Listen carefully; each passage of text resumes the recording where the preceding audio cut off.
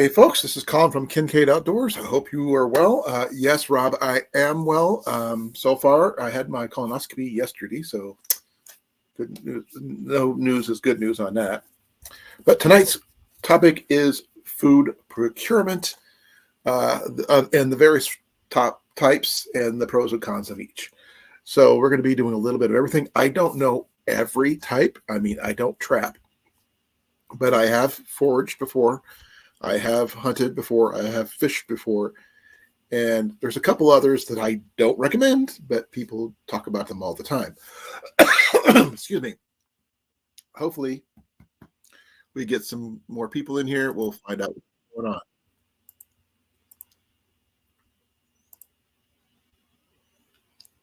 Oh, man, come on. Give me.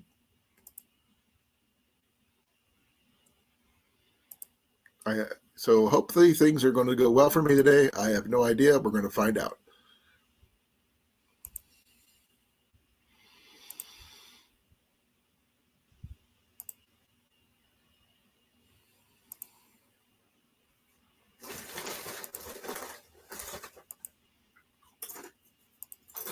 So let's see here. We're on. I don't know what's going on. Okay. Hope you are well too, sir. Just to let you know, Mac is here as per usual. Jenny is there as per usual.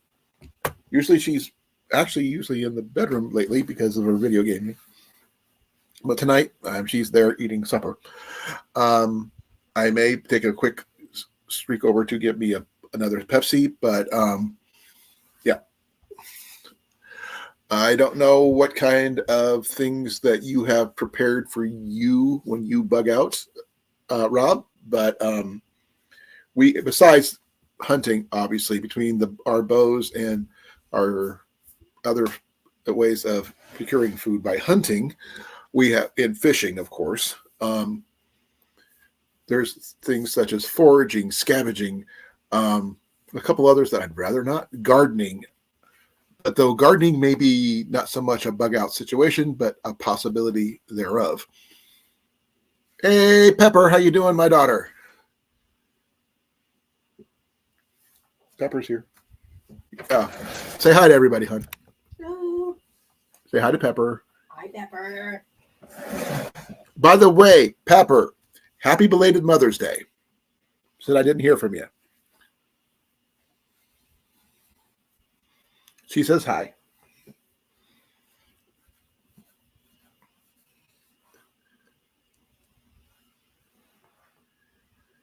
On the plus,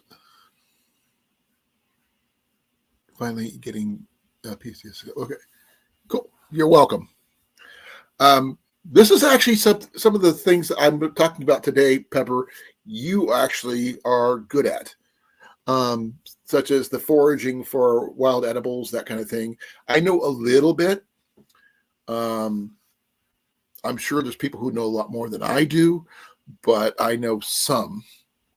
I can identify, wild vegetables of certain types, wild strawberries, raspberries, blackberries, even wild apples, and wild pears, which I've had in the wild. Though I'm not a good idea about elderberry and gooseberries, because I can get those mixed up with nightshade, and I'd rather not. So I don't eat those. Hey, JJ. Grandpa says hi. You want to say hi to JJ, hon? Hi, JJ. Yep. See, Jenny says hi. Hi. She's got Ninja in her lap right now. I don't know if you do anything besides fishing, Pepper. I'm not sure if you hunt at all. I know you shoot, but I don't know if you hunt. But I'm sure you would if you needed to. Oh, I understand about the medical side or the herbal side. I'm more the edible side, because I mean, you can have all the medicinal parts you have, but you need to be able to eat some. Like wild dandelions. Dandelions are edible, various parts. I'm not sure which types of parts and everything like that. Chicory roots are are drinkable. Once they're dried out, you can make them into a coffee substitute. I know how to find wild asparagus.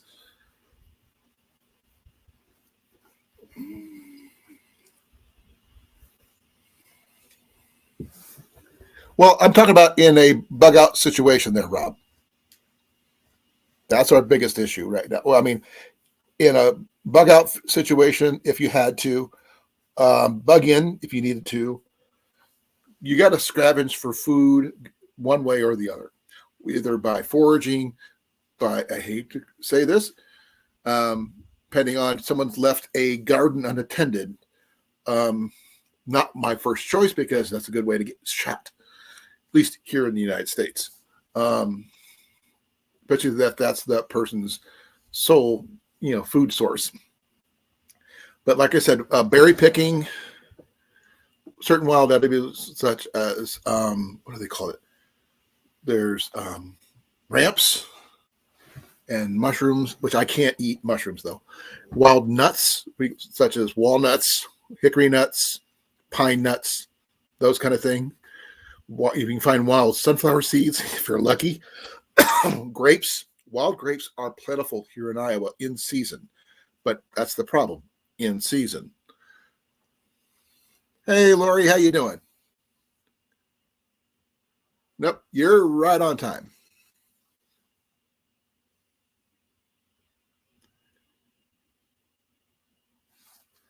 I understand, Pepper. Trapping is probably going to be your best bet. Trapping and snaring. You could try the figure 4 deadfall trap. That might work too.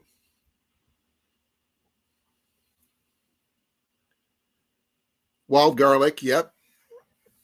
Berries, etc. Exactly. I'm sure that Lori knows quite a bit about this. Though I don't know about her particular area. Since she's in Washington, I think. So she would know more than I would about that particular environment, because it is environment dependent. Pepper and I are both from Iowa, so we would have Iowa-based stuff. Pepper identifies plants better than I do, but I'm good at finding the things. So I'm just good at finding stuff.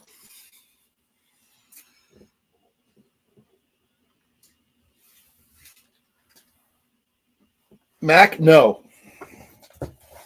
You're not eating that. Now, carrying along a ability to fish and things like that, such as either carrying a kit with the proper fishing gear in it, which used in conjunction with different types of hooks and stuff, you can use them to catch other things such as squirrels and rabbits and other things that eat the bait that you put out. So that's Oregon. My apologies. I didn't realize that's where you were at. It is so much to learn. I do have a book. Give me a second here. Let me see if I can find it.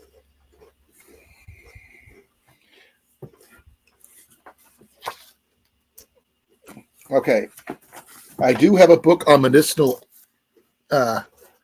plants and herbs, but I don't know if it does have some additional information in here, but I don't know if it has edible ones here as well, because I didn't check for that.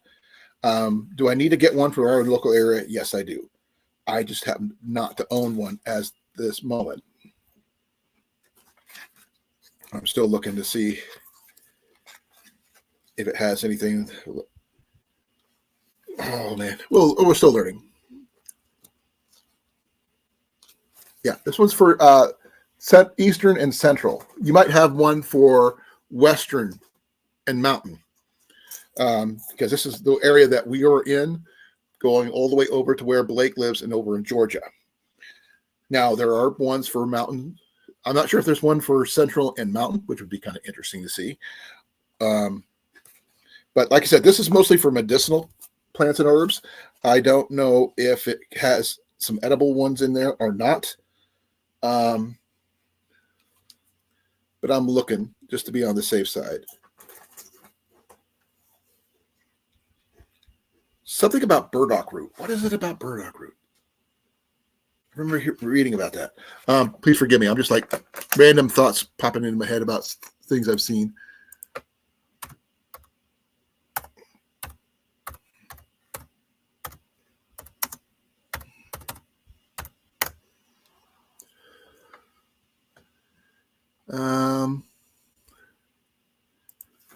Okay, yeah.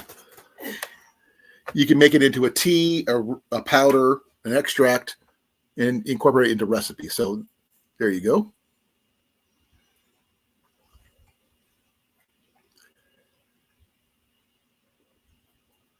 It's got a lot of antioxidants and may lower blood sugars if you're diabetic. It might inhibit some kind of cancer, aphrodisiac, treat skin conditions, but it does have some potential risks and stuff.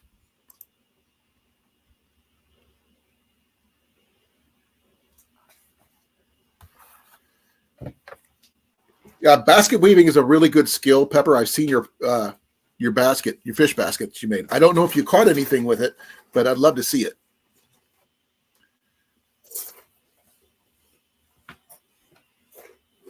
Yeah, the Peterson Field Guides is a really good guide for a lot of things. You can also find out which plants are not just edible but good for you, but also help you with other things as well. Pepper, do you have this one? Or I'm not sure if they have an equivalent over in England, Rob, but I'd like to know if they do.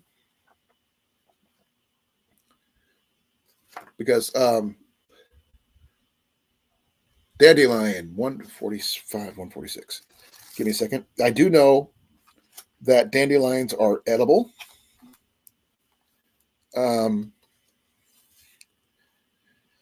Fresh root tea, traditionally used for the liver, gallbladder, kidney, and bladder ailments. You also used as a tonic for weak and impaired ingestion.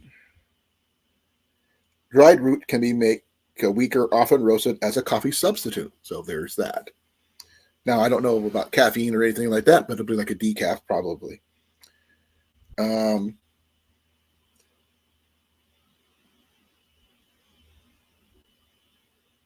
Can be used against as a weak antibiotic against yeast infections.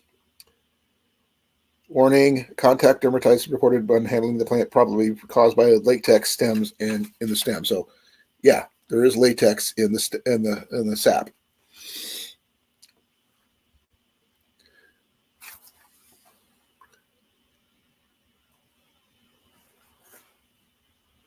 Cool. The equivalent of this one, the Peterson Field Guides. I don't know if they have a list of the other field guides. Oh, yeah, they do. They have field guide, first guides for astronomy, birds, butterflies, caterpillars, clouds and weather, dinosaurs, fishing, insects, mammals, and reptiles and amphibians, rocks and minerals, seashores, shells, solar system, trees, urban wildlife, wildflowers, and forests. They also have different, the different ones that you can see, different field guides of their various kinds. I just happen to have this one. I think Jenny got me this one. They also have more particular ones for for birds, fish, insects, mammals, ecology, plants. Now, edible wild plants is of Eastern and Northern America. This is what my next book that I should get. I don't have that one particularly well right yet. I know Jenny got me this one. She got it on sale for $8. Not recently, folks. I've had this one for quite a while, a couple of years now. We want to go to half price books and see what we can find because Jenny will not say no to half price books. Nope.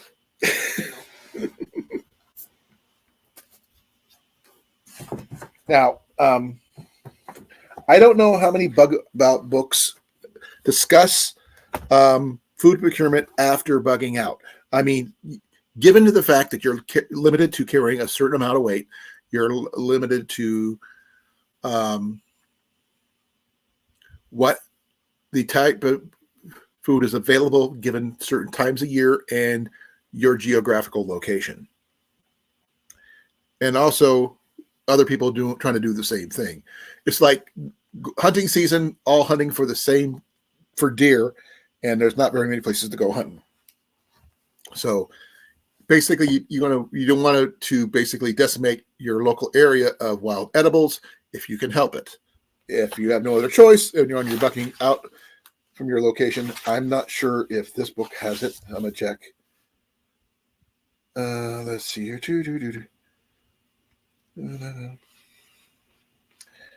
That one doesn't say anything. So let me change books and go to my next book. I am going to check my one of my favorite books. Get off there. Dang it. I'm knocking my stuff off. Back to basics. And I'm also going to check one more book. Give me a second here.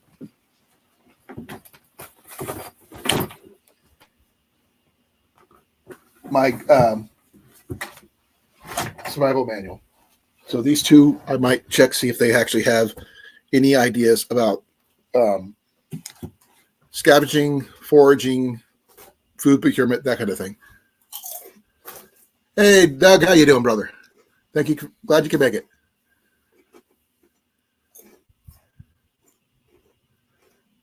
That's a good one. You should get that one. Yes, a good 22 rifle will do that. I actually own one. I also, my bow will do the same thing. I also could use it for fishing as well. That's in lieu of having an actual fishing pole. But I do happen to have a new fishing pole, which I am going to be trying out soon. That'll fit my pack, which is this one right here. I just need to get a reel for it. So this is like a 13-inch in its compact form, 5'6" in its fully extended form.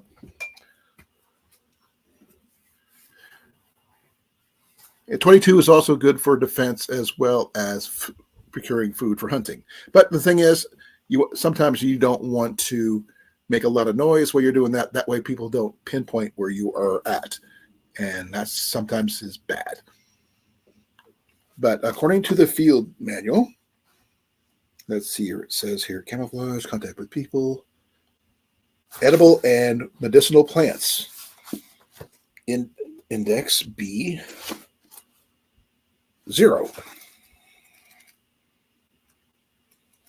Oh, a lot of pages on that one. There we go. Yeah, this one here has a lot of good information in it. I have not read this one yet, so this is all new to me. I've only had this thing less than a month, so I hadn't had a chance to read it. Excuse me. Some of these things that they're offering in this book, I literally cannot have due to the fact of my food allergies. But I will try. I'm sure that other people can use them. Jenny can without issue. Ian can without issue. I just got to be careful.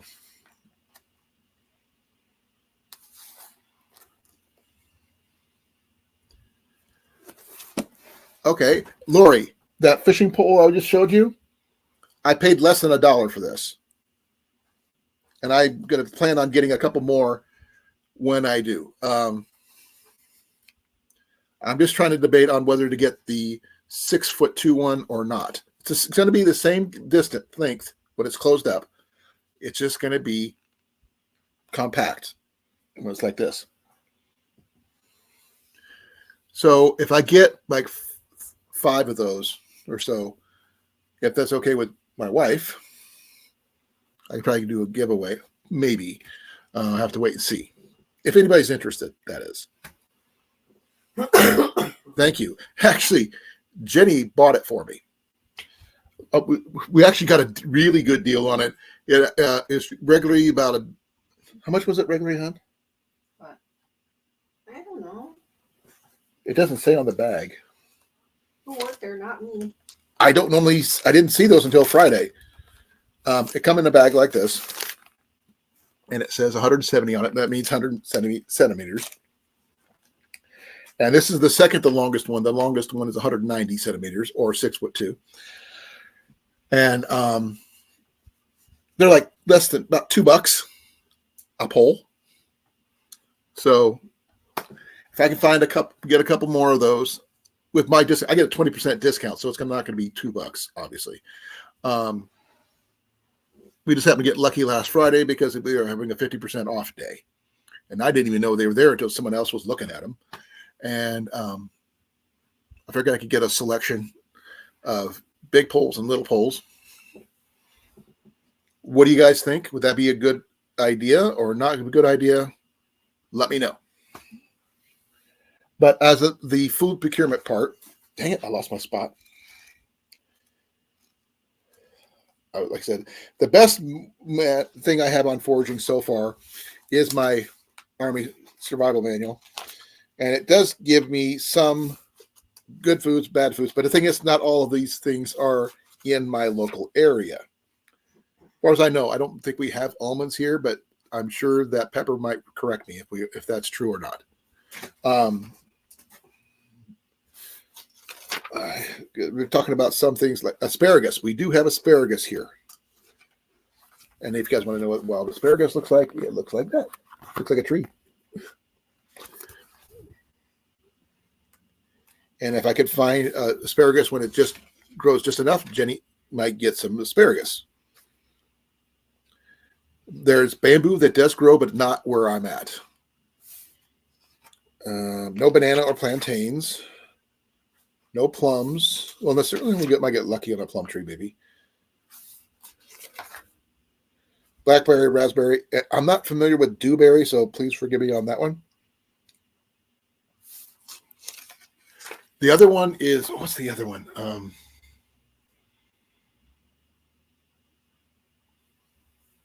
The United States is, the North America's native fruit. Give me a second.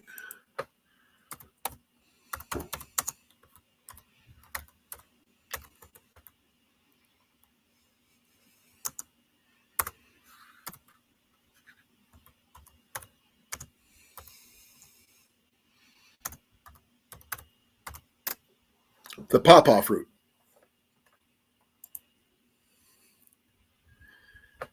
They do have it here in Iowa, but they're mostly southern Iowa.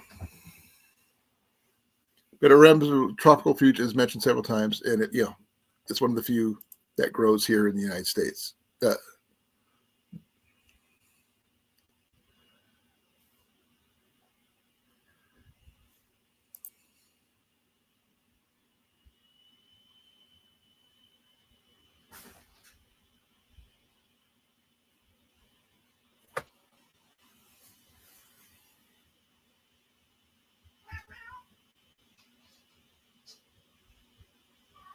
These are Chinese of make, Rob, and I don't use them for going after bigger fish.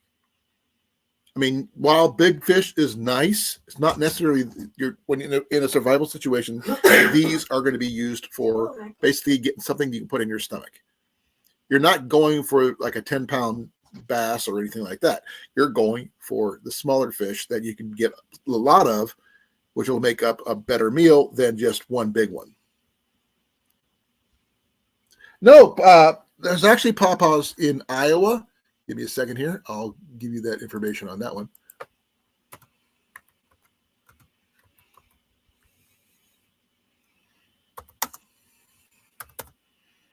I looked it up before because someone actually asked me about that one. Wild pawpaws will grow in the southwest and southeast Iowa. Literally near the border of Missouri. While they're not common, they do grow. What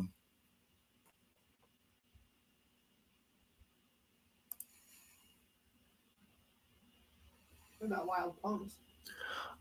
I don't know, love. Could you look that up for me? I know there were wild plums growing down the road from where I live. Okay. Southwest Iowa. Let me check something real quick.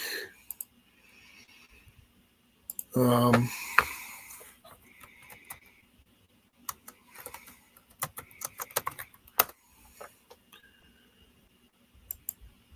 yep, they're found all over the state. Wild plums are. Now, wild plums, the extreme southeast and extreme southwest Iowa, they grow. So if they're here in Iowa, they're I think they're in Missouri and all over. Um, give me a second here.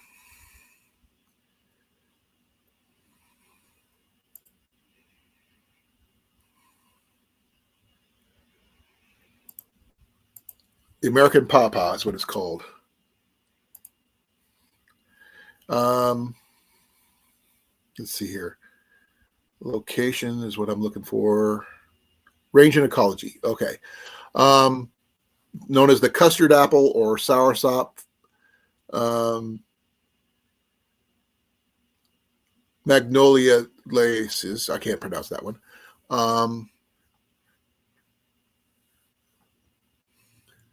Within the United States, the pawpaw is native to eastern, southern, and midwestern states, like Iowa, ranging from New York westward to from southeastern Nebraska, southward to north to eastern Texas, and the panhandle of Florida. Commonly found in the wild within or along the slopes of floodplains in shady, rich bottomlands. But it requires somewhat of elevated slopes because it's a deep-reaching taproot.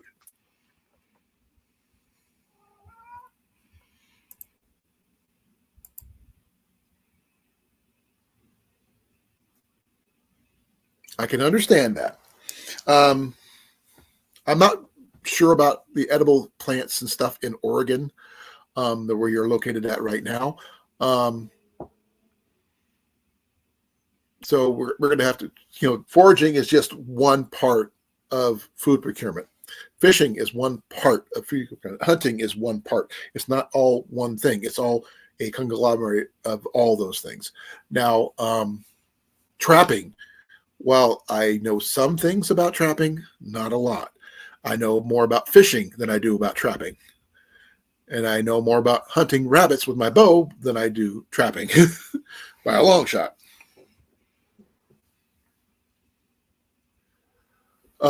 Cooking, I have several mess kits. My main mess kit, which is a MSR kit for cooking. I can use it for both as a frying pan or depending on what configuration I have it in, I could use it for the bacon as well. I also have water filtration. Jenny's got a water filter as well. I can't remember where it got put though. Yeah, she's got her own. Yep, trapping for food is really cool. I mean, right now I do own one trap, and it's a live trap. I picked it up off the curb. It was a curb find. It will be interesting to see how that turns out. I mean, hunting meat is only one part of the entire thing. I mean, as most people who go, say, mushrooming or looking for walnuts, tree nuts of any kind, berry picking, those are all seasonal. Because especially if you don't store up for the winter, it's what's the word? The grasshopper and the ant and the grasshopper. Yeah, the old fable, the ant and the grasshopper thing. But I know just about as much as you do, Lori, about trapping. Now, I have family members on my dad's side who were into trapping. But that's about it. I mean, basic snares, I could read a book and make one. Doesn't mean I'm going to get anything.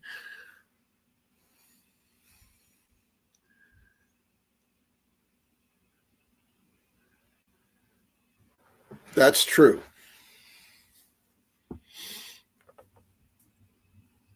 Could you explain what that is for everybody, please, Rob? Because I'm not familiar with it myself.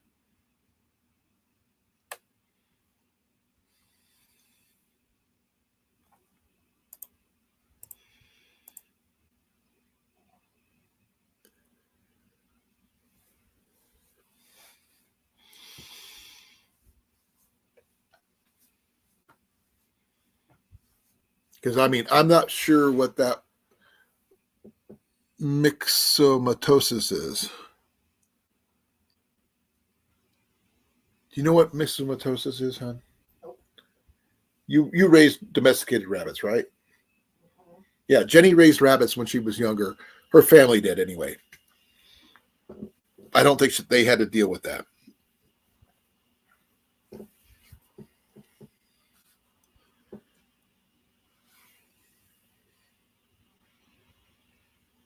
Now, when Jason gets here, I'm sure he knows a lot more about trapping than I do. I know some of the basics. Um, I know some methods that I know of are a little, well, I might consider cruel, but they work for catching birds. But that's about it.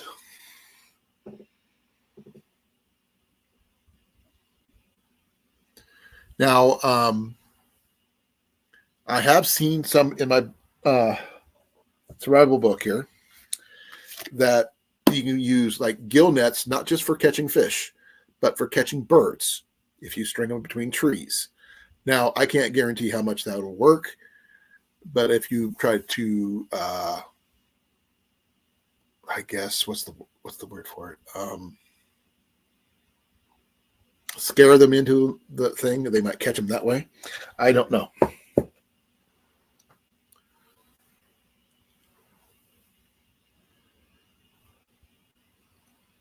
So I'm gonna look up myxomatosis since Rob didn't tell me what that was.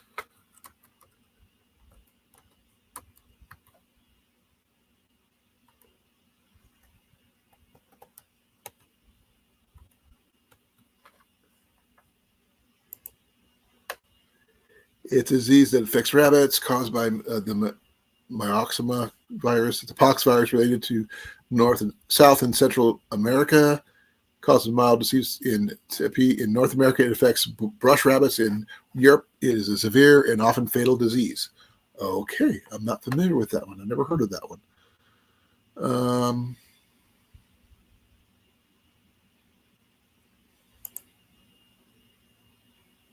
Okay, the virus is not fatal, dangerous to humans.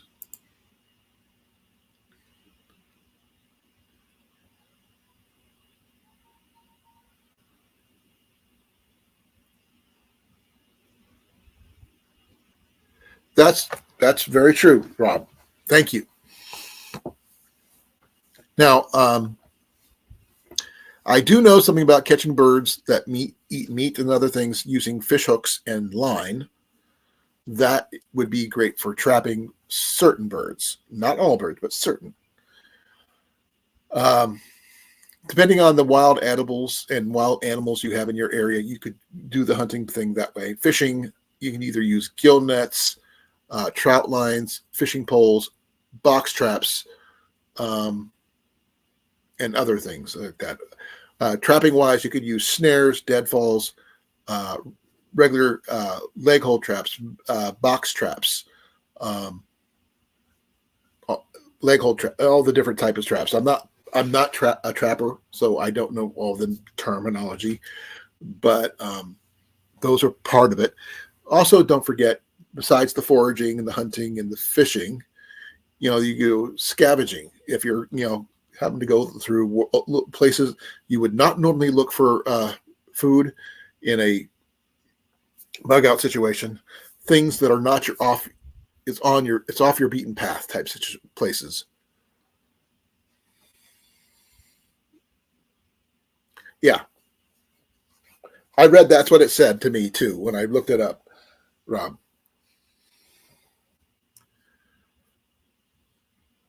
Now, off beaten places, warehouses that are not food related. Most people don't think about these things. If you pick a place that's like a warehouse that doesn't have food sources, such as a furniture factory or places that you normally wouldn't go to, they have break rooms. They have um, snack machines and soda machines. Now, while the snack machines will be easier to get into than the soda machines, but it's an option. People will go to any major factories that don't deal with food, that people would not go out of their way for. Um, those are the places you want to target, off the beaten path, not on the, right out in the open, because most people would think of the big, like, food warehouses right away. Um, Hospitals, they'll look at those. Grocery stores. Other places you can look is rail yards, depending on where you're located at. Since you're in Oregon, you might want to consider looking at ports and stuff like that. Looking within the big, always check the big rigs and things of that nature, because you never know what may be available in the back of one of those rigs. But those are like extreme, down the line situations when you have more than yourself. Because if you find a large container of food, something like that, you can only be able to carry so much, and you only need so much. So whether you take what you need and then move on, or whatever, don't post up and try to protect it, because you're probably not going to be able to, especially if people are hungry enough.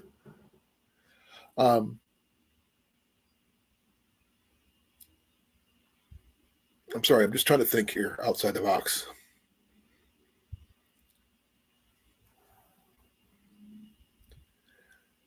Another place to look for to hunt, which most people wouldn't think of looking, is, it's going to sound stupid, garbage dumps. A lot of places that are going to be showing where animals are going to show up is places where a lot of food waste gets ended up, which is mostly landfills and the like.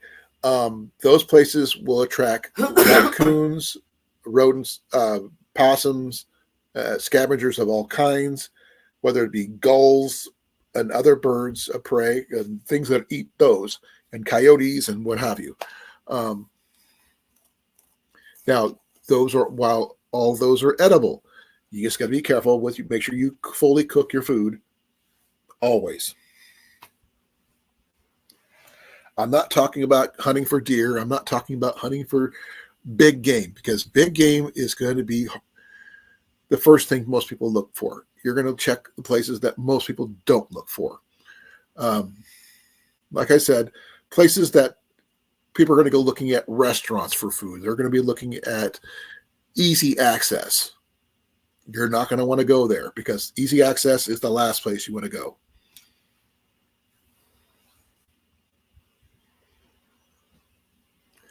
Now, if I've missed something, please let me know, because I'm trying to think outside the box about food procurement.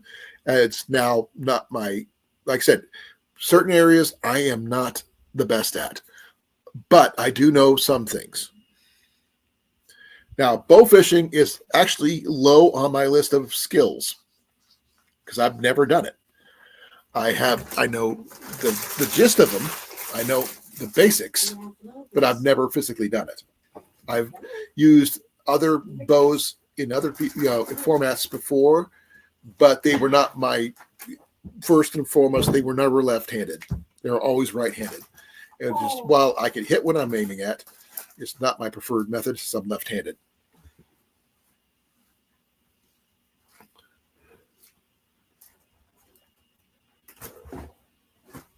Okay, good to know, Lori.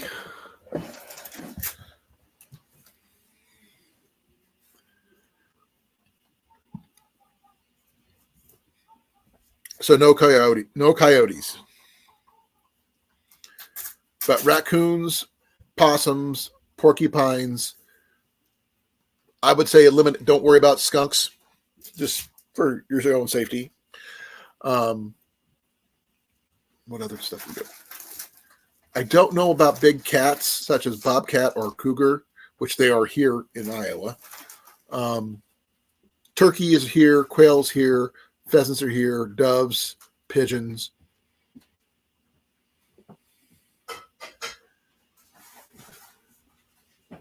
Okay, what are you saying no to, Lori? Please clarify, because I've said a lot of stuff since that, and I know you're getting a slight delay.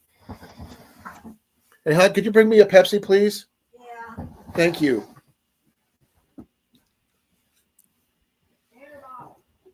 I only have the bottle. I have my can. I used it for supper.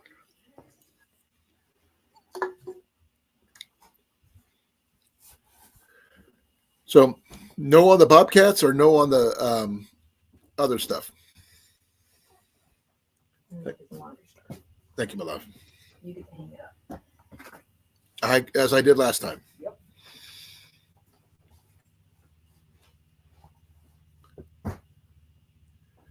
I'm not see those because other than the birds, I know you can eat raccoon. I know you can eat porcupine. What now? The one thing that Iowa has that most people doesn't is our pig population. Oh, okay. Well, actually, no. You may not have to, depending on your location, Lori, because coyotes have been seen in most big cities, including New York. So if they're in New York, they could be wherever you're at too. I don't know about beaver tail. I've heard good things and bad things about beaver tail. Beaver itself, I heard it was greasy, but I can't guarantee that because I don't know. I've never had it. I've heard stories about people trying to eat it and they don't like it. So I guess it's a matter of taste. But that's a good muskrats and other wild animals like that. I'm sure they're.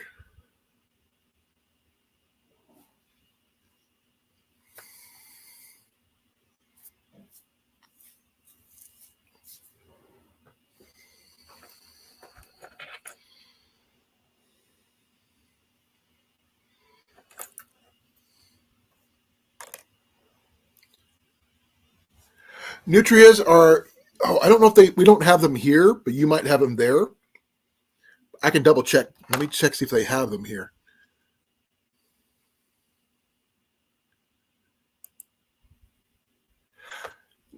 Now, Doug, I can shoot my bows left and right handed, but I cannot shoot a rifle right handed. Because I taught archery for over 20 years, I learned how to shoot with my right hand. While I'm really good with my right, I'm phenomenal with my left. It's because my dominant, I can shoot left and right. My dominant eye is left.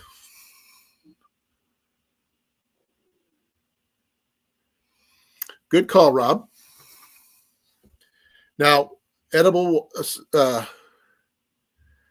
Could somebody please tell me in their local area a place that you would not think to look for edibles, whether it's canned food, candy, other things of that nature, that people would not think to look? One thing that grain bins people would look for because they're thinking about corn or wheat or soybeans. Another thing that people would not think of, is they would go through meat processing plants, though I wouldn't think those would last very long without proper refrigeration, depending on how they were kept. Hog farms, llama farms, turkey farms, chicken farms, you name it, mostly farming, people are going to think, oh, that's where the food's at. It's not always where the food's at, because a lot of people buy their groceries in the store just like everybody else. Myself included. I am not a gardener, so I buy my groceries at the store. Or in my case, Jenny buys them this time because she can walk better than I can. Though you can make a lot of things with corn. Both feed corn and regular corn, you can make a lot of stuff with it. Now, a lot of people don't process things like they used to. So whether they'd be able to eat a lot of this stuff remains to be seen. Now, Doug, same question to you. Do you know how to use your non-dominant hand?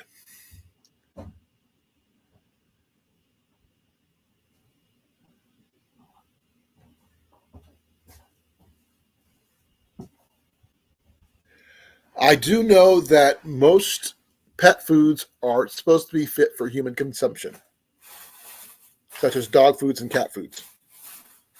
And I do know a lot of fish antibiotics can be used for humans.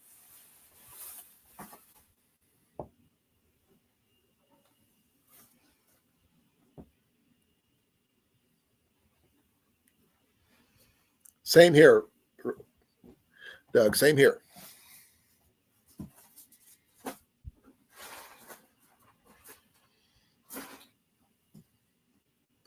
Now, your area might be a little bit different than the United States, Rob, because I do know that a lot of places, when times are tough, cat and dog food sales go up. Just saying. I used to be able to write with my right, but it would be mirror backwards. I could write this way, not this way. But that's not something I'm worried about right now.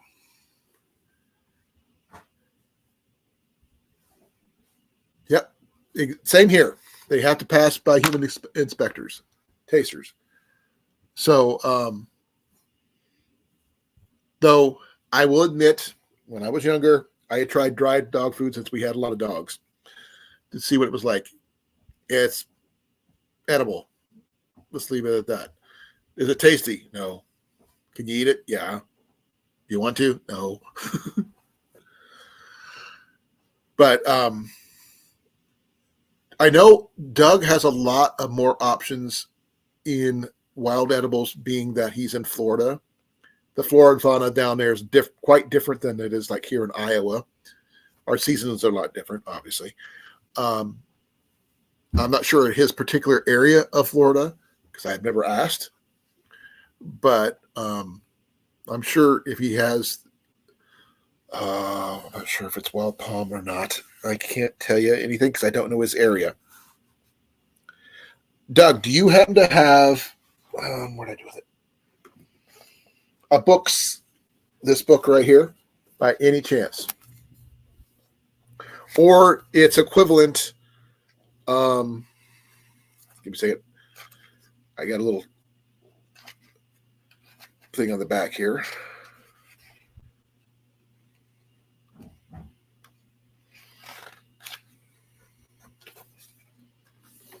The Edible Wild Plants of Eastern and Central North America by the same people, by Peterson Field Guides. I need to get that one for here. I don't own it yet. I was going to check my Back to Basics book, which I haven't done yet, on if it has anything on foraging or not, because I have never looked. I always thought I was going to plant something, not grow something. Grow something instead of search for something.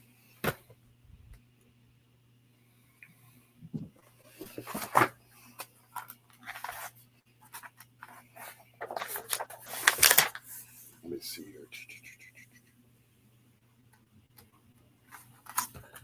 We've got things on fish farming, fishing, fly rods and reel. Good to know.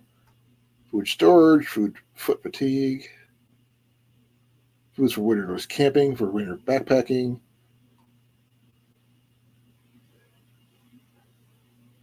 Forage crops, raising, and 195, 196.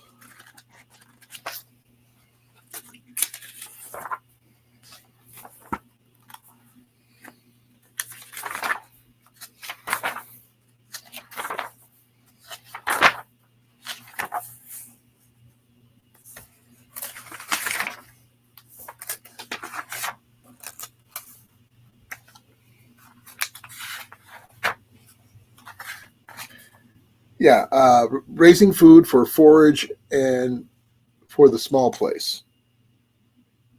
I don't know if that means foraging for wild edibles or not, but corn, you could probably forage for that here in Iowa because it's what we have a lot of.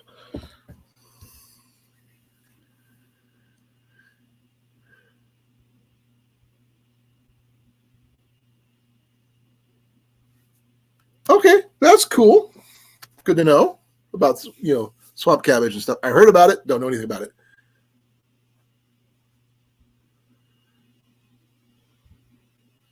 Well, that's pretty cool, Rob, about that.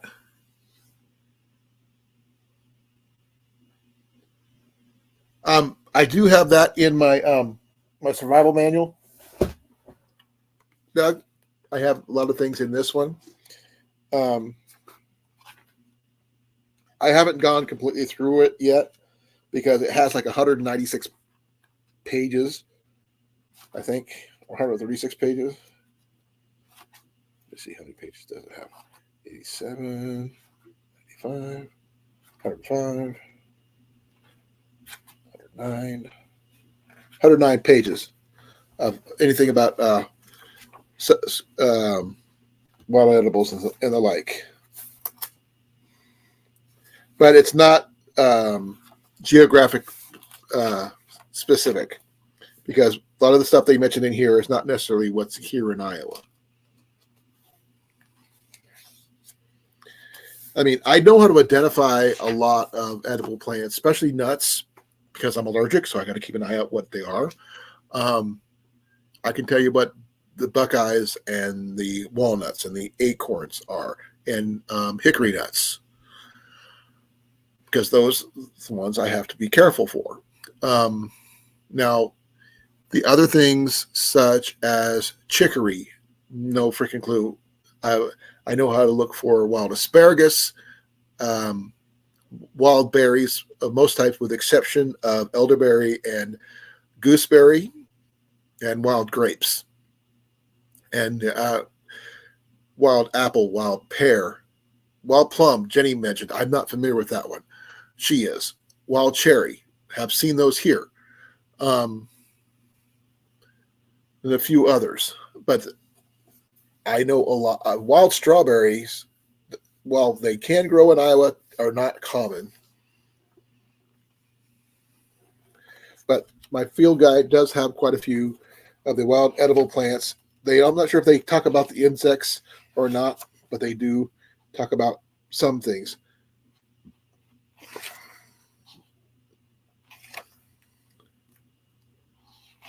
Oh, this is what chicory looks like, by the way, right here. And it tells you what you can use. They're edible parts. All parts are edible. Eat the young leaves for a salad or to boil as eat as a vegetable. Cook roots as a vegetable. Uses as a you roast the roots until they're dark brown and pulverize them to make coffee. Coffee substitute. Chaga will probably be mentioned by a lot of people. I cannot eat chaga or any other of the mushroom family. Those are one of the few things I can't eat. Dandelions are common pretty much everywhere. Elderberries look like this, apparently. I did not know that until just now, so I'm learning.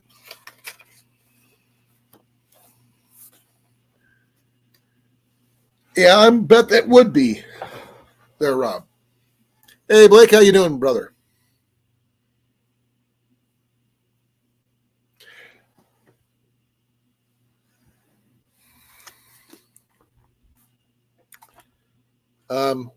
You could even eat thistle if properly prepared.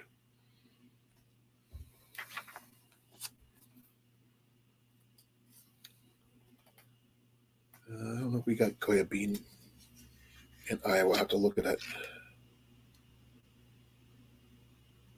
Nope, not here. Hackberry, where are they located at? Yep, I guess they might be here in Iowa. Hackberry looks like this. Hazelnut or wild filbert are located. Where are they located at? They're not common in Iowa, in the United States. Mostly in Asia from the Himalayas to China and Japan. So those are not really common here. Not to worry about those then.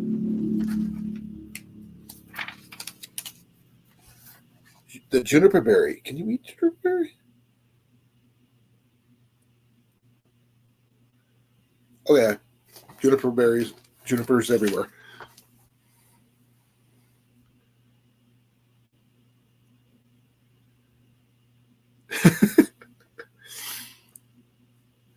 What's your tortoise's name there, Blake?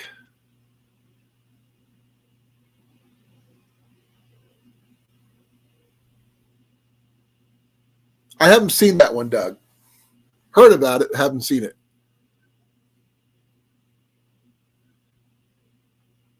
Oh, I'm sure I've asked you this before,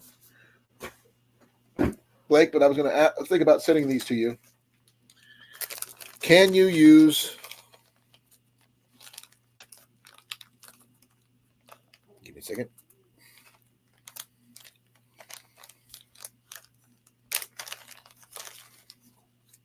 Can you use these? These are 4-inch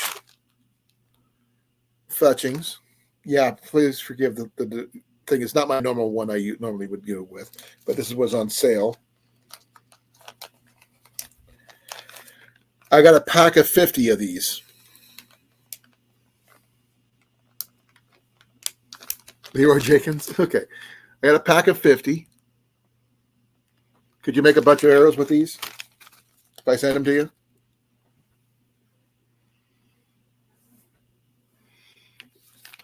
I'm learning. I've got fletching that I need to start making my arrows with. I can make 4-fletched arrows, which I really like. But I'll get these off in the mail as soon as I can to you.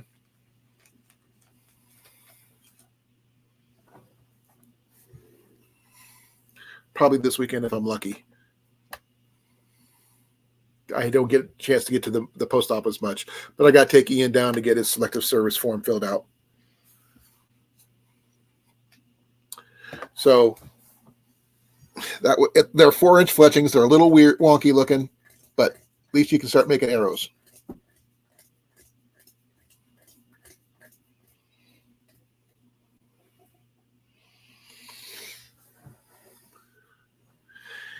Hey, Hein. Blake's tortoise is named Leroy Jenkins.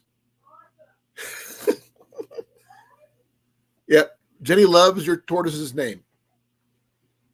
Now, Blake, I know you can hunt. That's a given. I know you can fish. What other ways of procuring food do you have in a bug out type situation if you had to bug out? Do you know how to forage in your area? Do you know how to scavenge in unlikely places for food? Let me know. Do you know how to trap? I don't know if you do or not. But I know you know how to hunt, and I know you know how to fish. So I wasn't sure about trapping, so I'm asking. Now, myself, I have very limited knowledge on trapping. Now, I'm sure my book has something in here about trapping. I'm talking about this one, my Army Survival Manual. But I haven't looked yet because, like I said, I haven't had a chance to do any in-depth reading on this as of yet. Traps and Snares, page 811.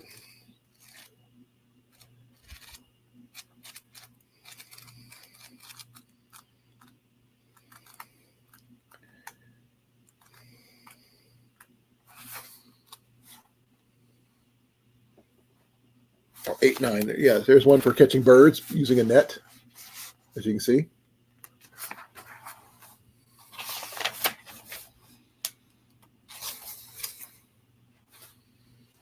And there's a good one for you there, Pepper.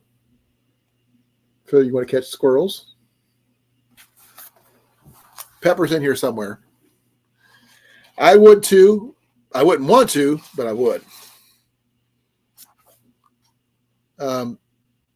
the Ojibwe bird pole. I think that would be something that Pepper might be considering. It has a lot of things on snares and stuff.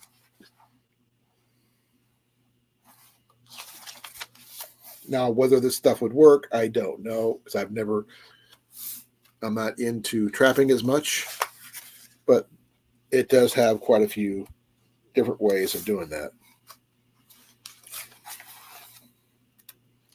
But as Lori said, she has a 22. She can hunt small game if she needs to.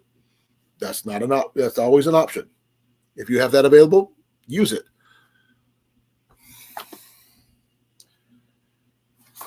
It does show about fishing. Oh, it does have a thing on your fish traps there, Pepper, if you want to see it.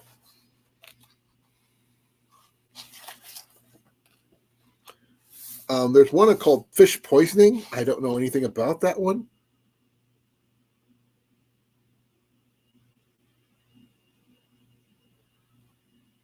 It tells you what plants to use for that purpose.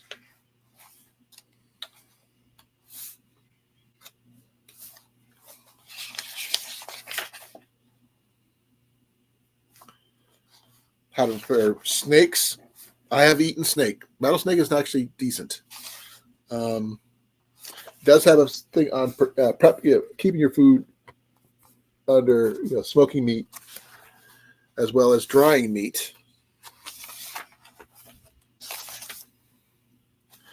The survival uses of plants. Now, you may not have the ability to either freeze or salt your foods down, but you use what you got.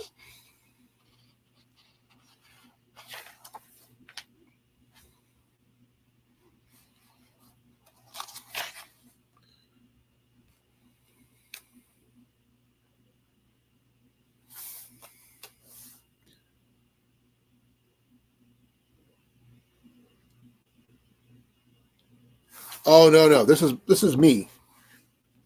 I am not advertising. This is just my hat when I go out to places. I wore this one at the Watcher County Flea Market. So this is just me when I go for my YouTube stuff. But why? Do you want one? I don't have a store or anything like that. I would like to have one, but I don't have one. I'm still trying to get paid for here. I'm like 70 cents away from being paid.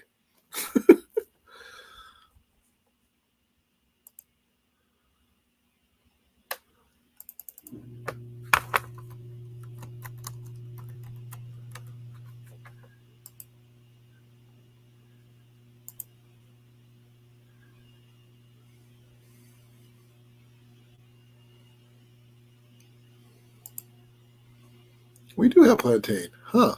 I did not know that.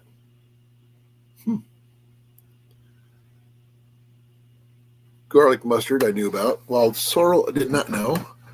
Chickweed, cattail, milkweed. Yeah, I knew about that.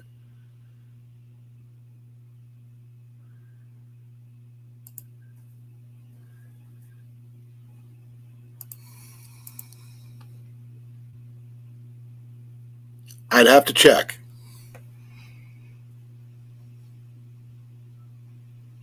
Same here, Lori. I'd have to be hungry enough for the bugs. Now, just to let you know, we actually do have a foraging law in Des Moines, which I never thought there would be, but there's a law about foraging for edible plants, and hunting and fishing are other options of local food done responsibly. It tells you where to look for foraging close to home, in your backyard if possible, along streets, public spaces. They encourage it, actually. Ethical harvesting of wild edibles. So this is something I did not know. So that's pretty cool. So if anybody wants to see something really cool, this is something that Iowa does. I did not know until just now. Check this out if anybody's interested.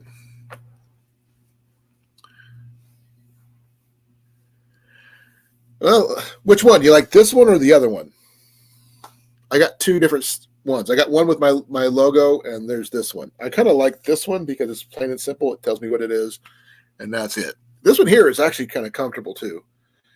I like they're not snapbacks or anything like that. They're this kind because I find these a lot more comfortable. It don't interfere with my braid, and the material's really soft.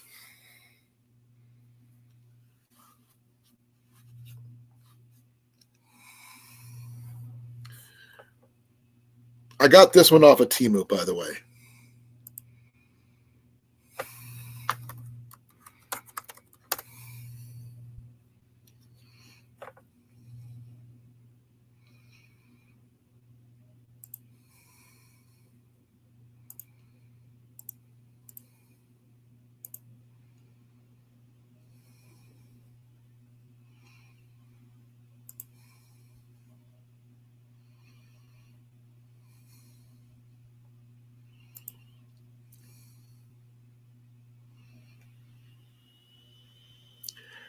The one for the like this one right here, it's about $5.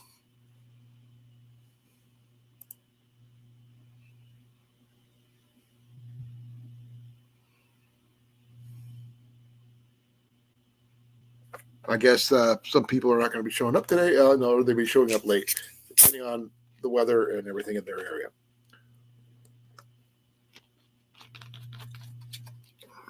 Let me see here. Let me do some sharing out here because I didn't.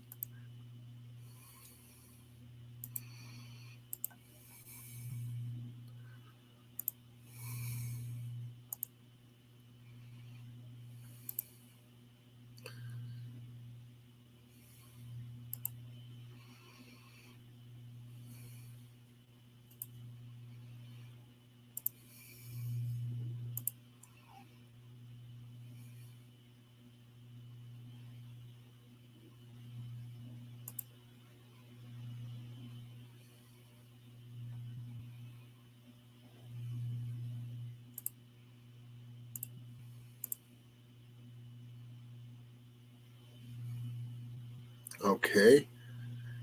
Hun, are you online? Okay. Because everything just slowed down to a crawl.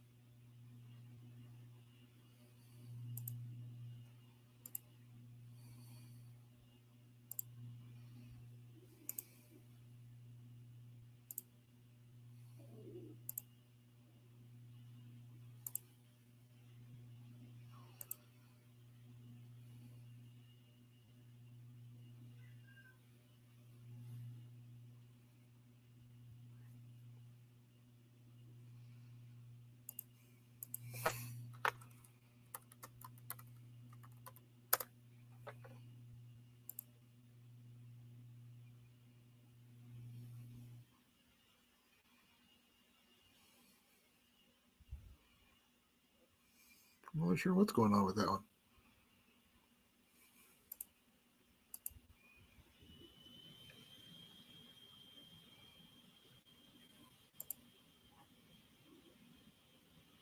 Okay.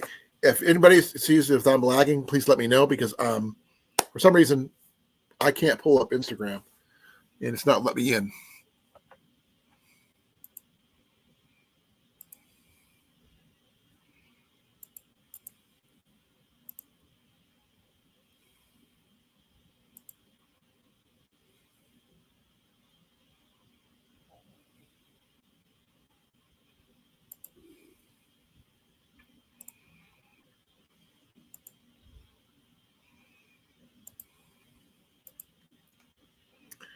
It's apparently that Jason's internet is not stable at the moment. They have a technician going to be coming out. Hopefully, I will find out more in a bit.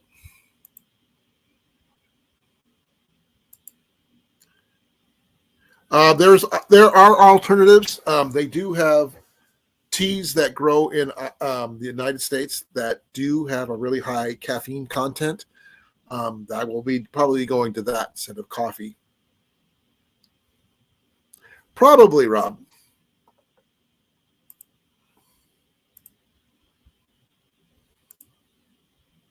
Yeah, so let's see here about seeing who's going to be making it here. You're already here. Rob. Let's try Tyler. Mandy.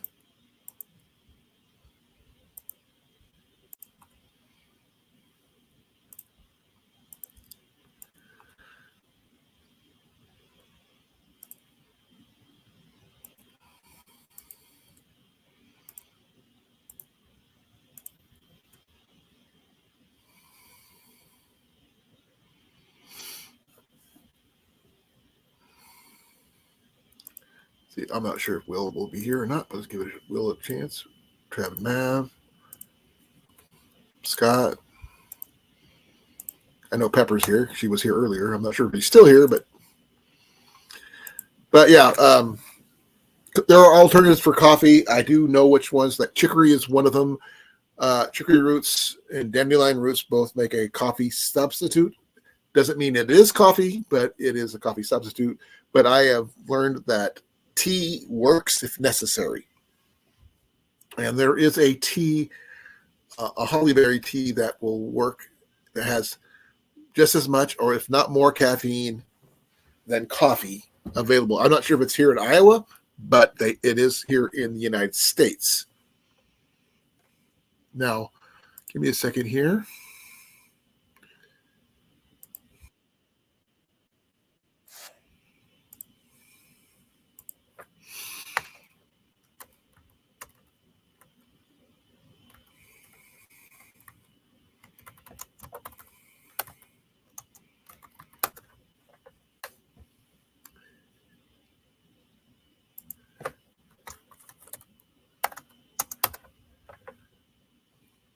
Okay, the Yupon is what it's called. So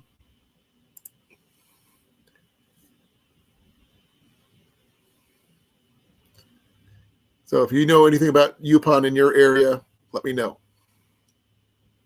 It's the only plant in North America that has caffeine. It's called wild Yupon. Here, I'll show you the name here.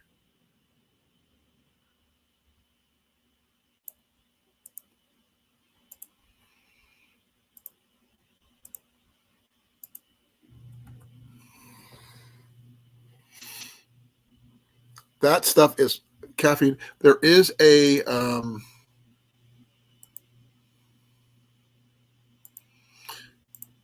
check out this link. Oh man, that's way too big.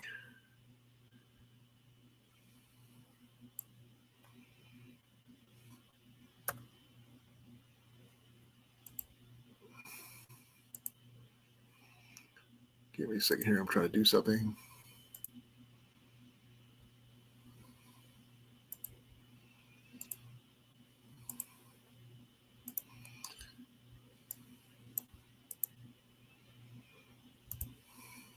Check out that YouTube video right there.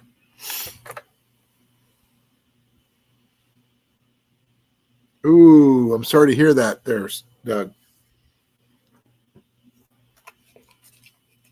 I'm okay on caffeine. They don't have any problem with that with me.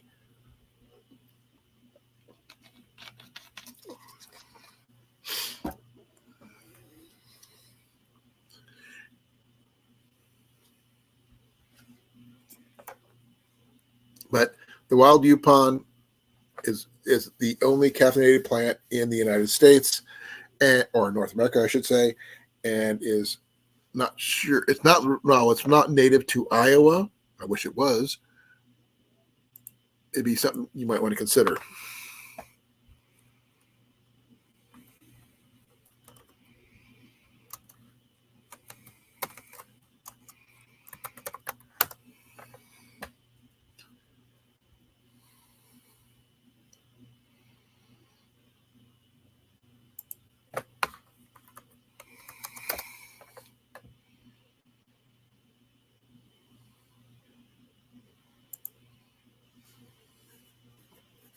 But this Yupon is basically specifically from Virginia to Florida, so you can find it there and west to Texas. So from Florida all the way over to Texas, you can find it in the southern states. Hey, Mike, long time no see, brother. Glad you can make it. How are things wherever you're at the moment? I'm not sure if you're still in Iowa or not. If you are, hey, long time no see.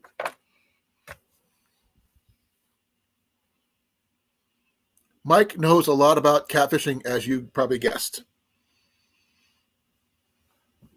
He's been to one of our gatherings in the past, so good on him. I haven't seen him in forever, but I have met him.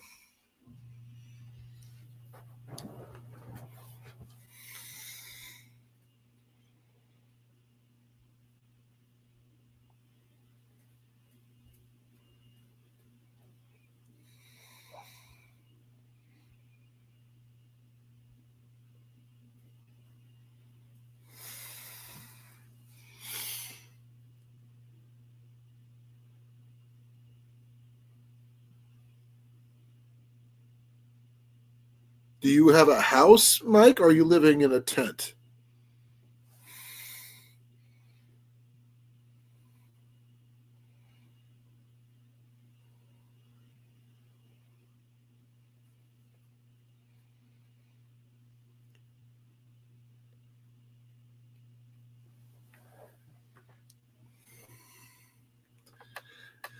Be safe, brother, please. I've been where you're at. Not a good place to be. Now, since you are where you are at, do you know about foraging for wild edibles where you're at, Mike, or not? Because I know you probably got some morels in your area as well as some of the nuts and stuff.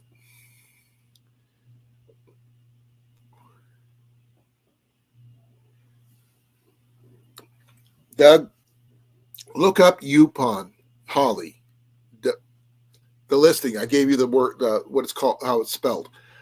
It grows in Florida. It's a caffeinated plant, which you can make a tea out of, where you can get your caffeine that way.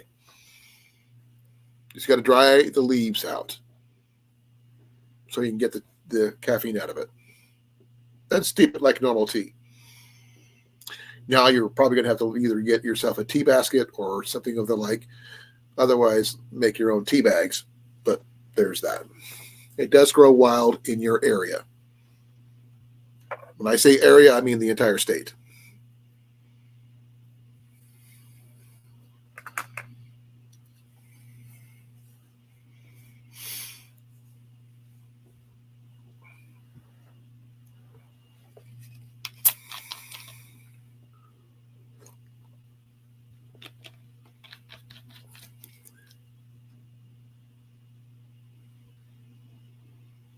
Okay. Good to know. Keep me informed, Mike. I really appreciate it.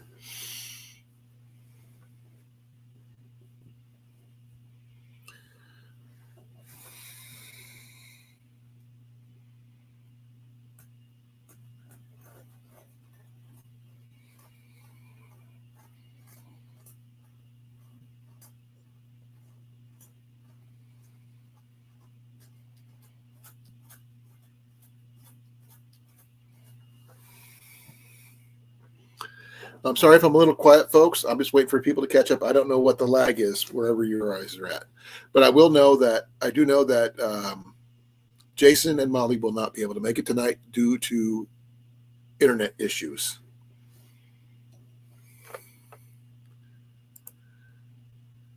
Let's see here. I'm not trying to get Ajax in here, but we try. Who else can we try to get? I'm not going to try Cookie. Jason McDaniels.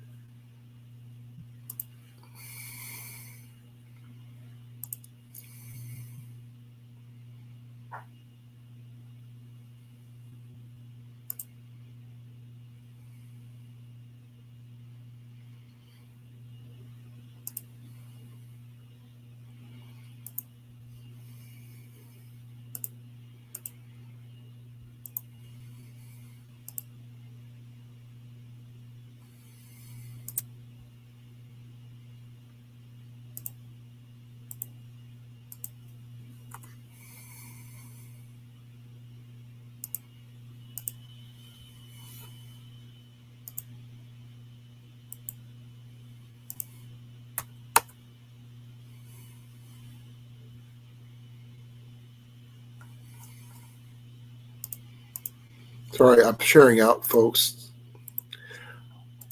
Oh, I almost forgot. Beehives.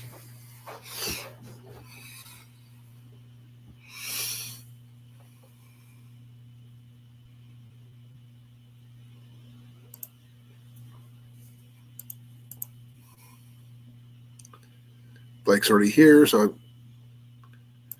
I'll try Heath. See,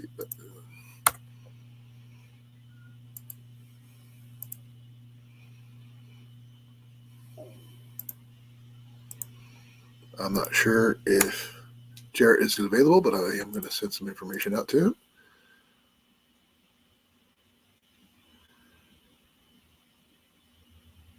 I don't know where Cecilia is, so I can't ask that, or Deb, or anybody else. So, or Rob himself, for that matter.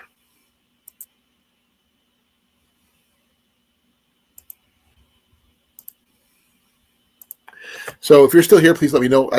I'm showing 4 people right here, right there on my screen. Please let me know you're in the room. Please put a 1 in the chat if you're still here. I am rambling on, so I am at my limited of my experience with food procurement, because outside of hunting and fishing and foraging, I do not know trapping. Thank you, Lori. I really appreciate it. Thank you, Mike. Now, Lori, I know you know how to garden. What else? And thanks, Rob.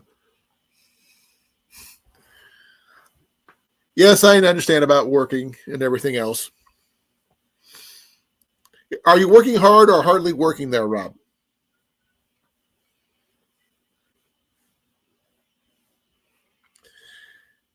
Okay, now, trapping, I'm limited at. I know some things. I know I've got books on it. I have not actively trapped. No, correction. I have attempted trapping a groundhog in my backyard. It did not go well. So hopefully, somewhere down the future, if I need to, I will have to try that again. But trapping is like low man on the totem pole. If I had to fish wise, I do have multiple fishing poles of various types, as well as I do have trout lines setups.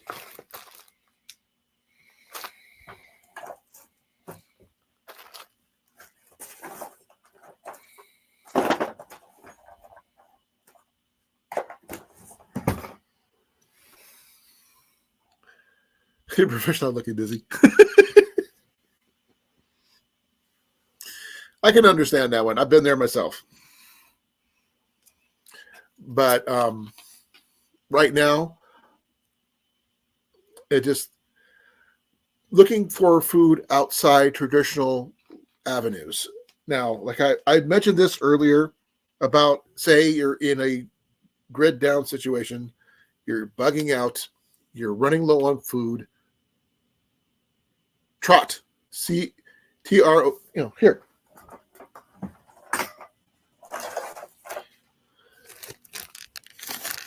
See, trot line right there. I'm just reading it like it says. It says the same thing on the back. See? It's got the hooks. It's got the line. It's got the weights.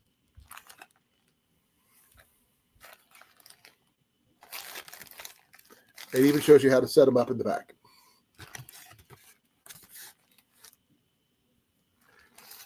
Jenny got this thing for me for like a couple bucks.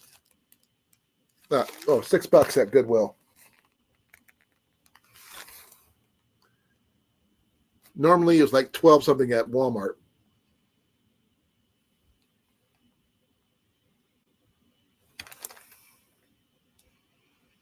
Trout lines. I know trout is a completely different deal. I know how to catch trout. I've been trout fishing many times. And by the way, Mike. Where's that? What did I do with it? Where I am typically working for Workman's Comp, they have little collapsible fishing poles for $2 a piece, approximately. I can get them for less than that, but because I'm a veteran, it's at the DAV store in Des Moines, the DAV thrift store in Des Moines. Okay, Lori, they may not be legal in normal times. In a bug out situation, you use what you got. Hey, Freya, long time no see. Oh, sorry, Jarrett. You're using your wife's account? That's Jarrett, Lori. Glad you can make it, brother. Hope the fairs went well for you. Haven't heard from you in a bit.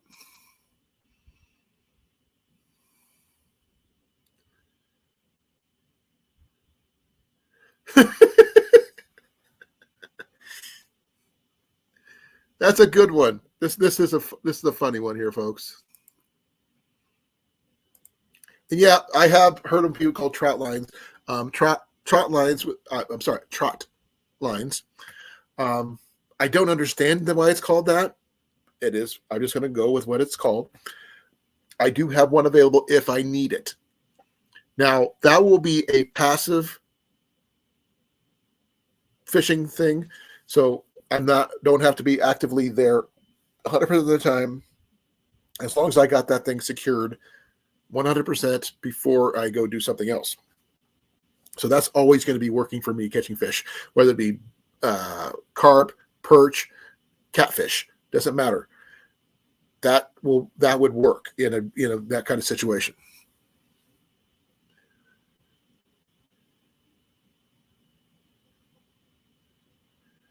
Okay, I'm gonna let you know something. Fishing is not necessarily for fish. I've seen people catch birds on fishing poles.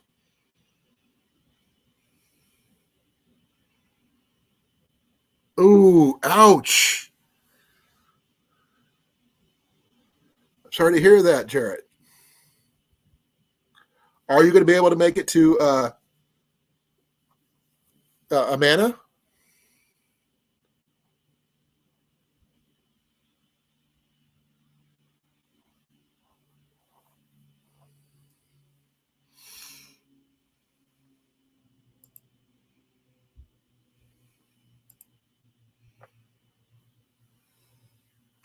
Because I'm using treble hooks and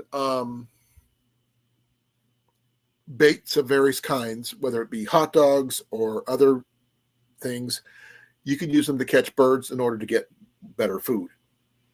Now, while it might be not standard way of catching food, it is another option.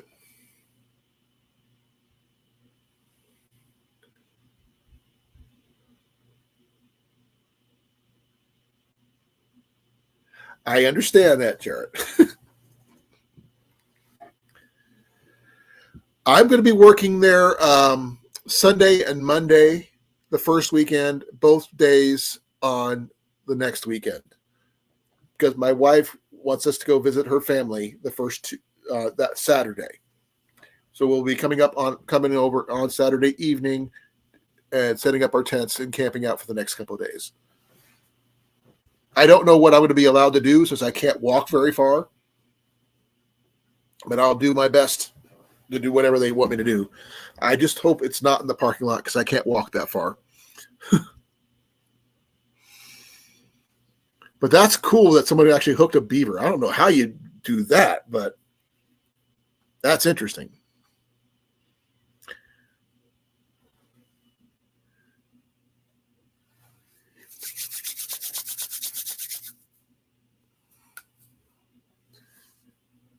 And as south, as you know, while there are deserts, there's not a lot of water. There are rivers and streams there as well in different areas of the country. Like even in New Mexico, there are streams in the mountains. There are streams in the deserts. They're just not common, but knowing how to fish should be standard no matter where you live. I'm not sure how much Lori knows how to fish. I know that Pepper, who was here, she was here earlier. I don't know where she's at right now, but her and my grandson are out doing something. But she knows how to fish. She knows how to hunt.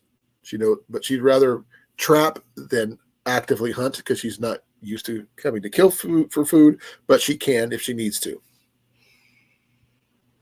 Good to know. But like I said, this is a 5'6" fishing rod, which I'm going to be putting in my pack. I just need to get a proper little fishing reel for it. It doesn't have to be fancy. Just has to be big enough for what I need it for, which is catching fish.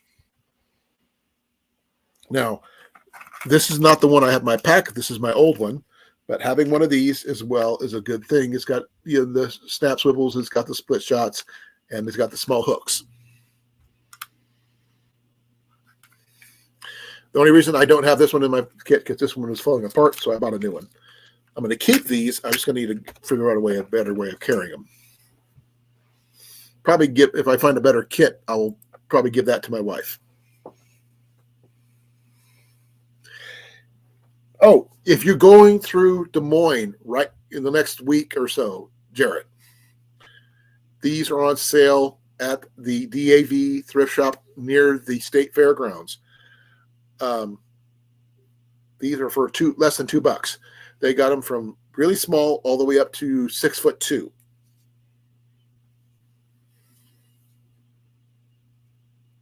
And if you're a veteran, you get them a 20% discount.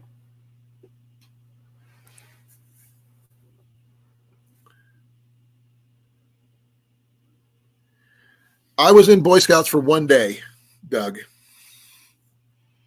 Then I dropped it.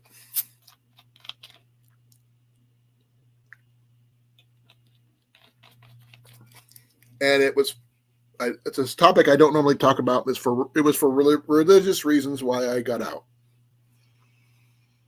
of doing that. Even though I had made it through all the way from Cub Scouts all the way up. When I reached a Boy Scout, I got out.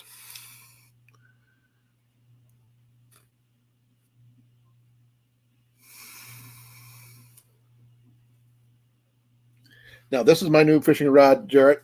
I paid less. Jenny bought this for me last Friday for less than $1. It's a 5'6" rod, fully extended, and the fact is, it'll fit my backpack, my regular day pack, with no issues. I just got to find a reel that I can pack in there to take with me that'll work with that as an emergency fishing rod.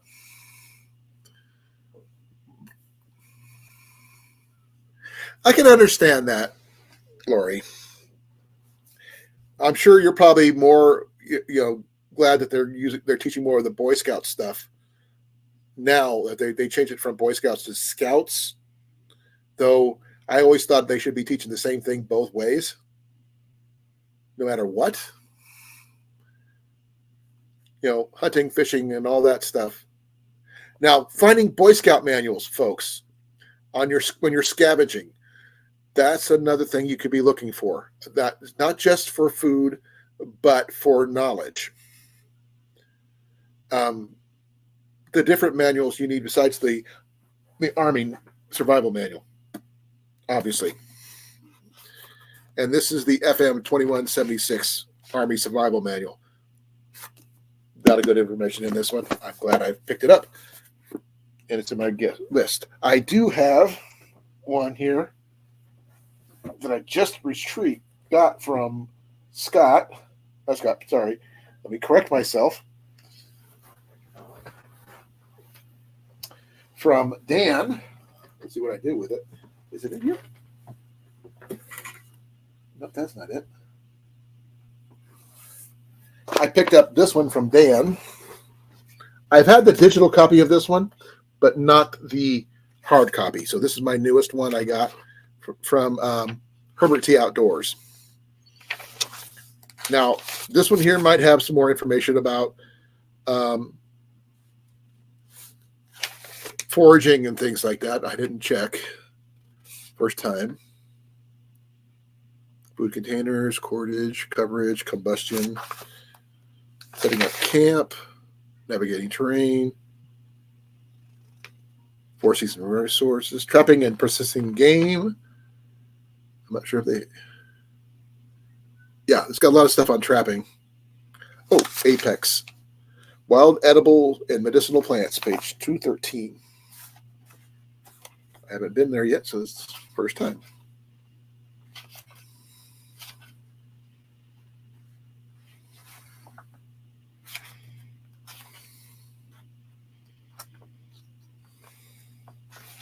Yeah. Appendix B. Wild edibles. Catnip, parsnip, dandelion, burdock, hickory, walnut, raspberry, blackberry, salmonberry, common elderberry. Basic ones. So there's that. There's no such thing as too much of a tomboy there, Lori. Jenny's a tomboy.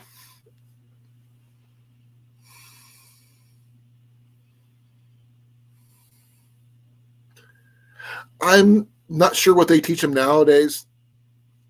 I do have one book that actually is pretty cool that I use as a reference guide, and it's this one.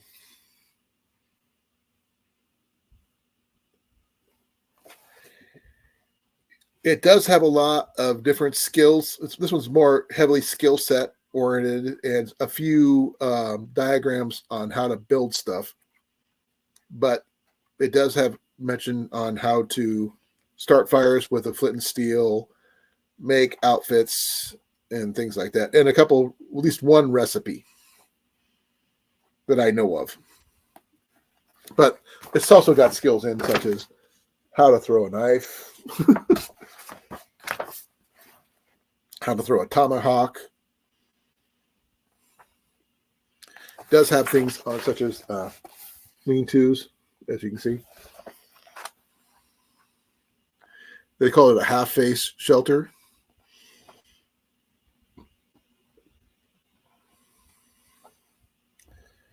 How to keep warm in the wintertime.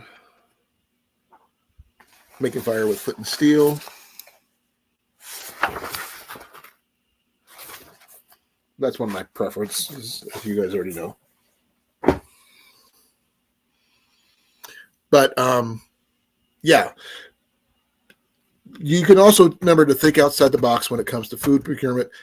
Think of the places that people would normally go. Like your glass window factories. They have break rooms. Check out those places. Because every break room has vending machines. As long as you're not you're the first person to go there, that's awesome.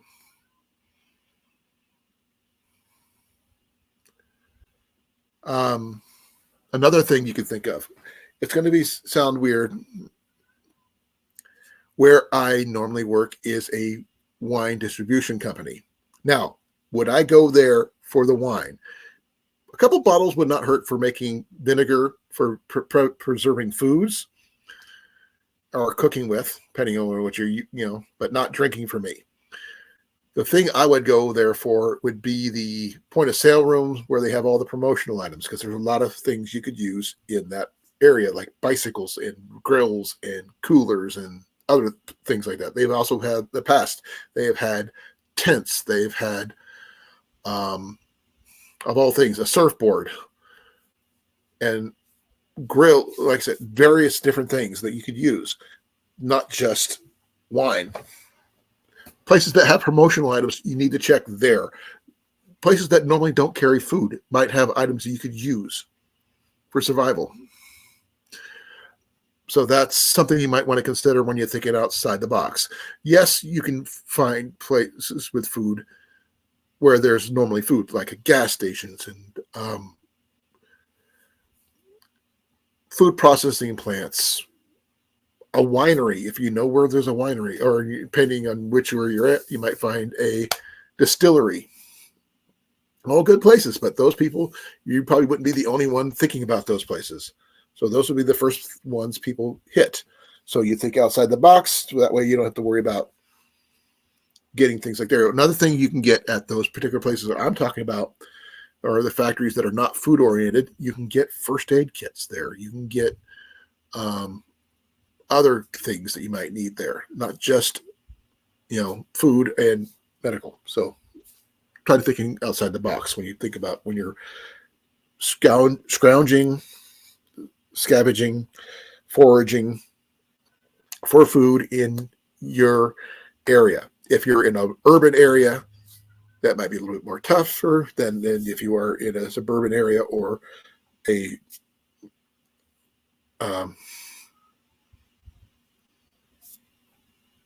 rural area. Exactly, Rob. I mean, actually, I'm not sure if they even have it.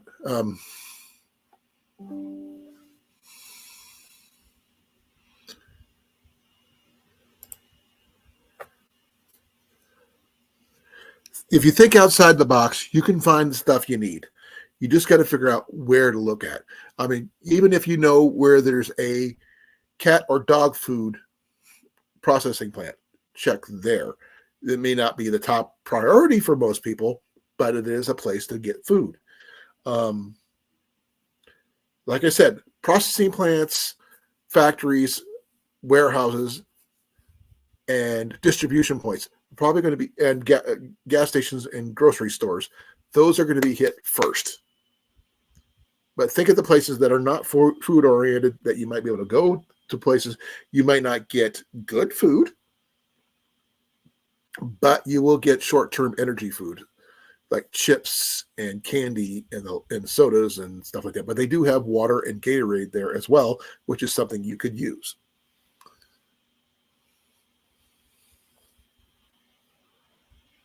Now, I don't know if anybody can give me an idea of a place I haven't mentioned yet. I mean, hospitals, yes, those would be, pretty much swamped by people needing help in a grid down situation of any kind. So I would avoid those. Military installations, definitely avoid those.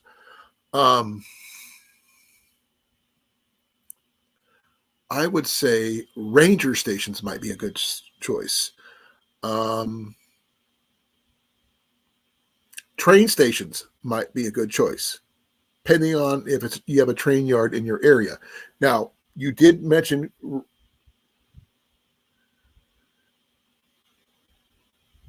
Actually, no. For one reason, my cat is a hunter. He's brought us multiple mice. He's a hunter.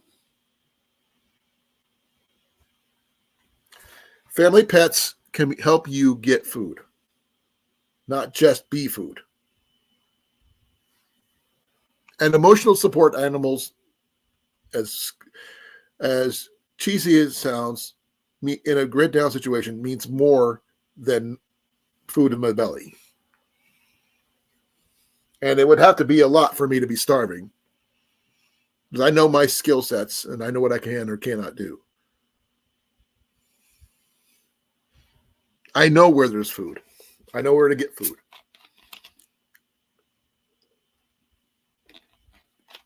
Because if I have a fishing pole, I can catch a fish. If I have a bow, I can hunt for food. I have my rifle, I can hunt for food. So I have options. I know where to look for food if I need it. Right down my street, I know where to get mulberries and blackberries. So it would take quite a bit for me to get to that point. I know there's one farm over in Monroe that has both apples and cherries in its yard right now.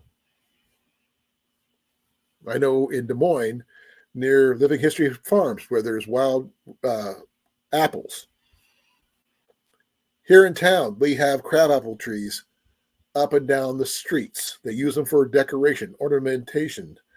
But while they're not great at food, it is still food. And the ability to grow food, we have seeds. We have tons of seeds. We just haven't planted any. Because we just, with Jenny and I's injuries, we have not been able to. So, well, that's one of the things I'm hoping that she got herself healed. It's my turn to get healed. Then we can start thinking about moving forward on a garden. But not right now. We don't think it's going to get that far. So, my pets or anybody else's pets as food, not probably an option. Now, I'm not saying people won't, but I'm saying we won't.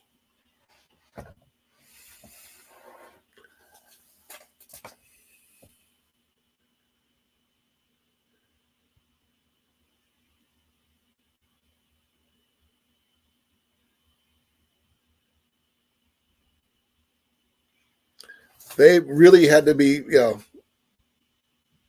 stressing for food or something because they had food drops during Katrina, unless somebody was either hoarding or stealing food.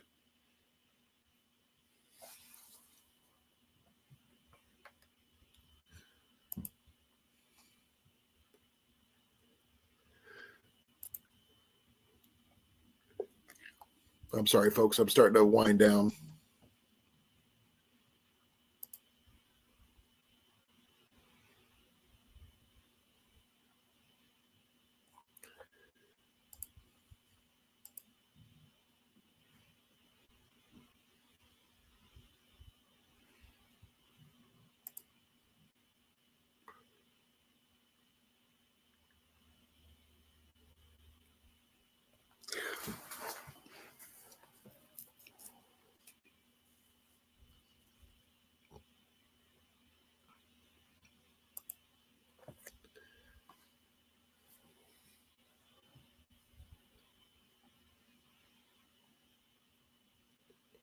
Now, Rob, I'm not sure. I know that you guys have a decent rabbit population there. I'm not sure about your wild boar population or your other wild, your deer population. I'm not sure. Do you guys have turkeys over in England or not? I don't know. I know we have it here, but I'm not sure if it was native, if any wild turkeys are there or not. Because at work today, was it today? Yeah, today, a thing came in of a display from 2006 of somebody's turkey tail feathers display. Beautiful display of feathers, tail feathers, just from 2006.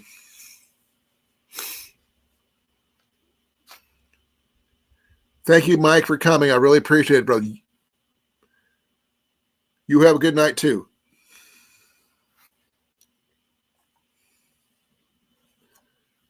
Be well, brother. I am sorry, folks. I'm just starting to wind down. I've had a really tough couple of days with my colonoscopy and everything leading up to it because I had to basically starve myself for 2 days. So I'm a little wore out. Now, I went with the wild edibles parts because it was something I knew something about, but not everything about. So I get the pros and cons of each.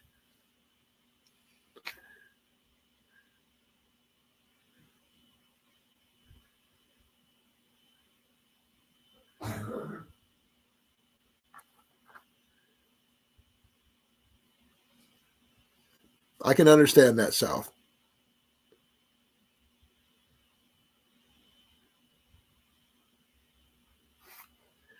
Okay, understandable, Rob. Now, are you in the position to raise rabbits, Rob, or not? I don't know your living situation there in England, so I can't judge either way. I don't want to judge at all, to be honest. But are you in a position or opportunity thereof to raise rabbits for food? And I'm not sure what the regulations for that kind of thing is, if it's regulated to just rural areas or suburban areas or whatever it is where you're located. Because, I mean, we could raise rabbits here. We can raise chickens here. But that's about it. We can't go any, we can raise, do garden, chickens, and rabbits. But that's about it. And then only limited amount of chickens, like maybe 3 or 4, mostly laying egg hens, which would be great. We would love the eggs. No issues there. But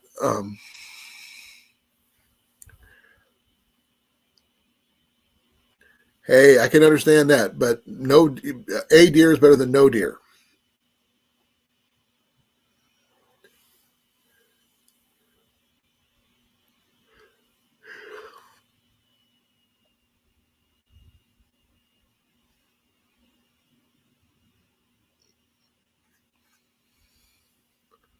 Oh, I can understand that, Rob.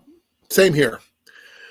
Jenny's family, they raised rabbits for food growing up. She knows how to do that. She did not do the butchering. That would be up for me. But she did the cooking and the feeding and caring for them.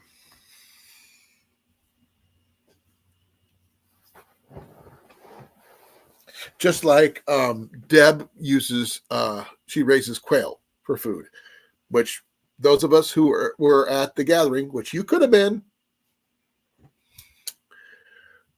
had a lot of really good quail. Folks, I'm wearing out here and I'm winding down. I'm going to be heading out soon. I wish I could be here longer, but I am getting tired. And I'm not sure how much longer I'm going to be able to stay because I'm tired.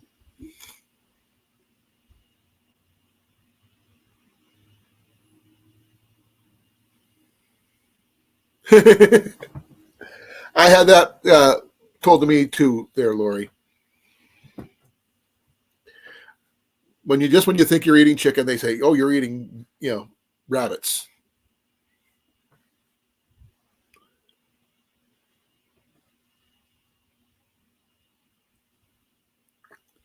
I'm not sure if I would eat a horse, but I'm sure in a pinch that would probably be something you consider. But then again, horses can be transportation too.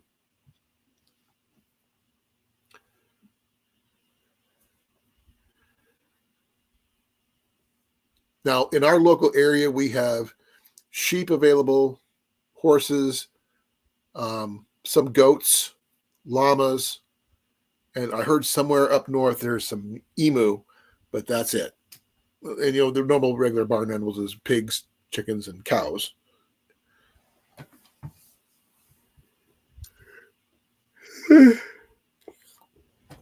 Oh, I hate whining now.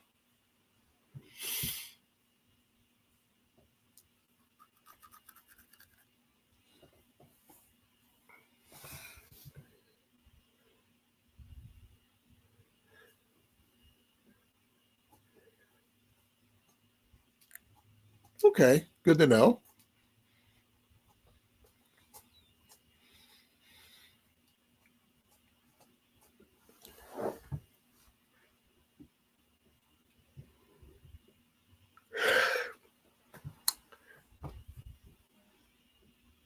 I will, Lori. I'm sorry. Please, sorry, apologize for yawning. I'm going to go get some rest, folks. Thank you all for coming. I really appreciate it. I will be back on hopefully tomorrow on Jason's channel if he's available. If not, I will be on Thursday for my normal Thursday live. And I'm not sure what the topic will be then, but I'm going to try to make it interesting. So be well, be safe. I love you guys. I'm out of here in 5, 4, 3, 2, 1.